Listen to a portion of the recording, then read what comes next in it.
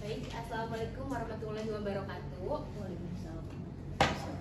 Saya Maya Permatasari, mahasiswa PPG Prajabatan Gelombang 2. Di sini saya akan mempresentasikan ada review pengalaman belajar saya sebelum ke best practice, lalu yang kedua ada best practice atau desain inovasi dan paradigma baru terhadap anak guru sesuai sudut pandang saya. Oke, baik. Yang pertama, review pengalaman belajar yang saya dapatkan selama saya PPG yang paling bermakna menurut saya dan saling berkesinambungan dengan best practice saya, yaitu adalah pembelajaran sosial emosional. Yang dimana pembelajaran emosional ini adalah bagian penting dalam pendidikan dan dalam relasi sosial manusia.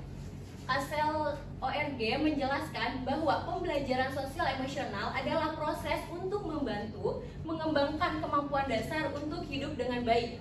Dalam hal ini, individu tidak hanya fokus pada diri sendiri ataupun hanya pada keterampilan, kompetensi, tetapi juga pada relasi yang baik dengan orang lain dan lingkungan.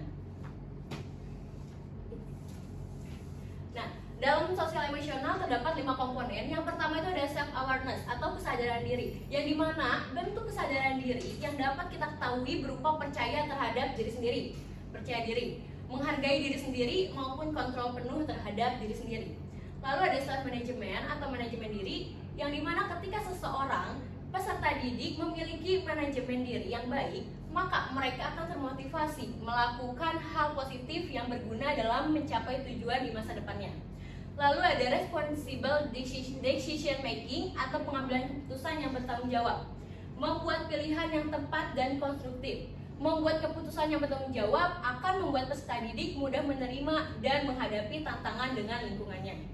Lalu ada social awareness atau kesadaran sosial, yang dimana kesadaran sosial ini erat kaitannya dengan sikap empati dan kepedulian terhadap orang lain. Sikap ini bermanfaat bagi peserta didik dan mampu menghargai orang lain.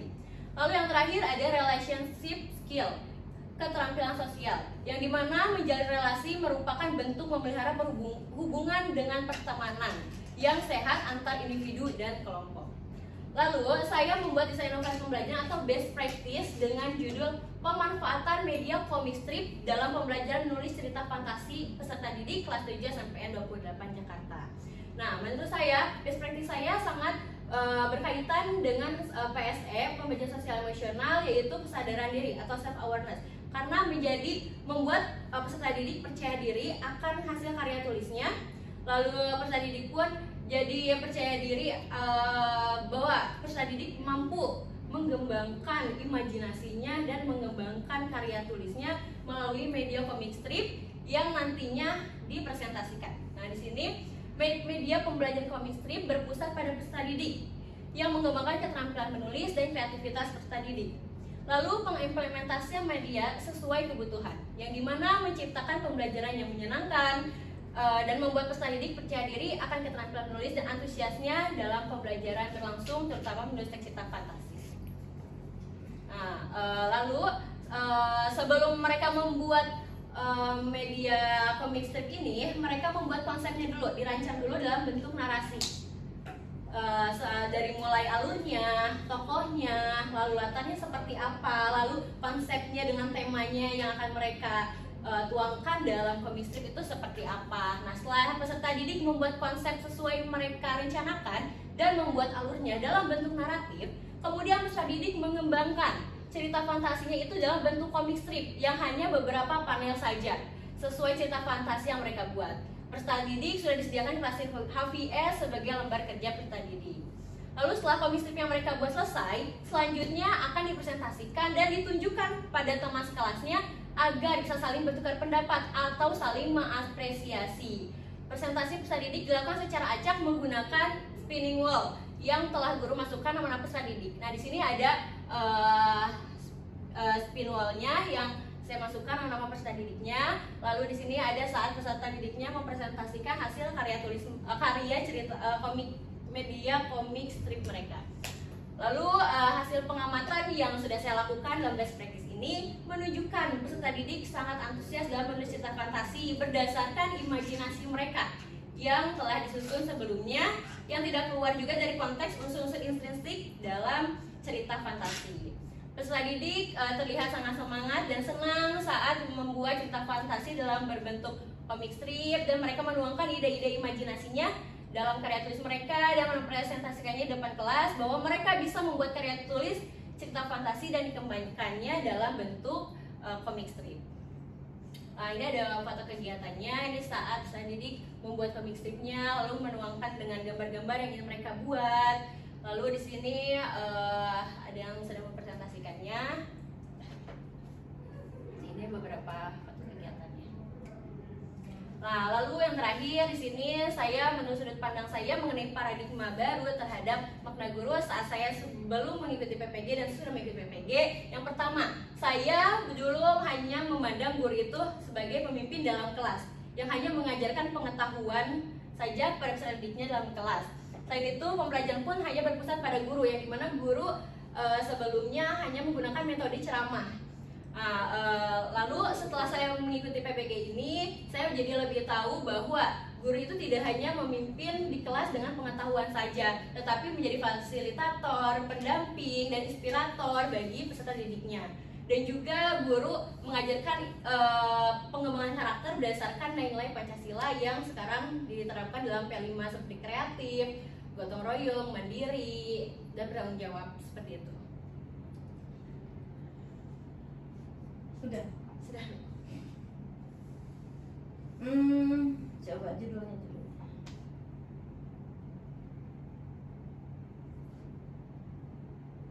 Ya. Pemanfaatan media comic strip. Ada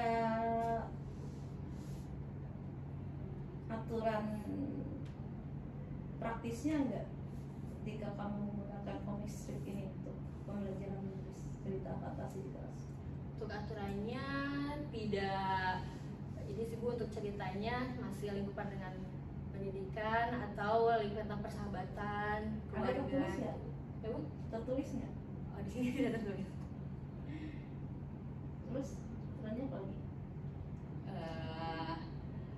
Untuk aturannya tidak keluar dari unsur-unsur instansinya sih Bu yang paling utama. Jadi mereka tetap harus menuangkan amanat dalam comic strip mereka. Oh, amanat instruksi. Ya Bu, tahu saya itu. Terus? Sudah seperti itu. Gitu. Ya.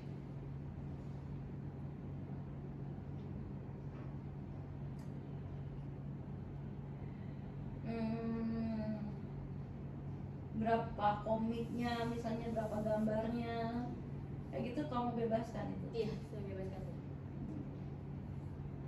Berarti di media komiknya sendiri tidak menjadi bahan penilaian ya? Dari ini sih Bu, kreativitasnya mereka. Apa instrumen kreativitasnya atau apa? Ukuran si A itu kreatif, si B kurang kreatif, itu apa? Belum saya tuangkan. Hah? Belum saya tuangkan dalam instrumen. Terus dalam pembelajaran menulis kan itu ya. Nah jadi cerita fantasi yang seperti apa yang kamu maksud? Cerita fantasi sesuai imajinasi mereka Bu, karangan yang mereka ingin tuangkan dalam komik tersebut. Gimana? Di cerita fantasi yang mereka buat sesuai imajinasi mereka, tapi berdasarkan unsur instansi tersebut Bu. Jadi tokohnya jelas, alurnya pun jelas, latarnya jelas, dan amanat dalam comic strip itu pun jelas gitu. Nah, ketika kita berbicara cerita fantasi, itu kan tidak boleh, maksudnya itu tidak mengajarkan anak menjadi penghayal kelas berat ya, yang kayak Doraemon gitu kan. Itu cerita fantasi yang bukan sastra anak gitu. Nah jadi cerita fantasi yang dalam tanda kutip sastra anak itu yang seperti apa sih yang kamu hadirkan di kelas? Sebelumnya saya ini sih Bu, memberikan contohnya dari legenda bawang merah bawang putih, lalu ada cerita fantasi di luar legenda itu. Oh, itu bawang merah bawang putih itu cerita anak?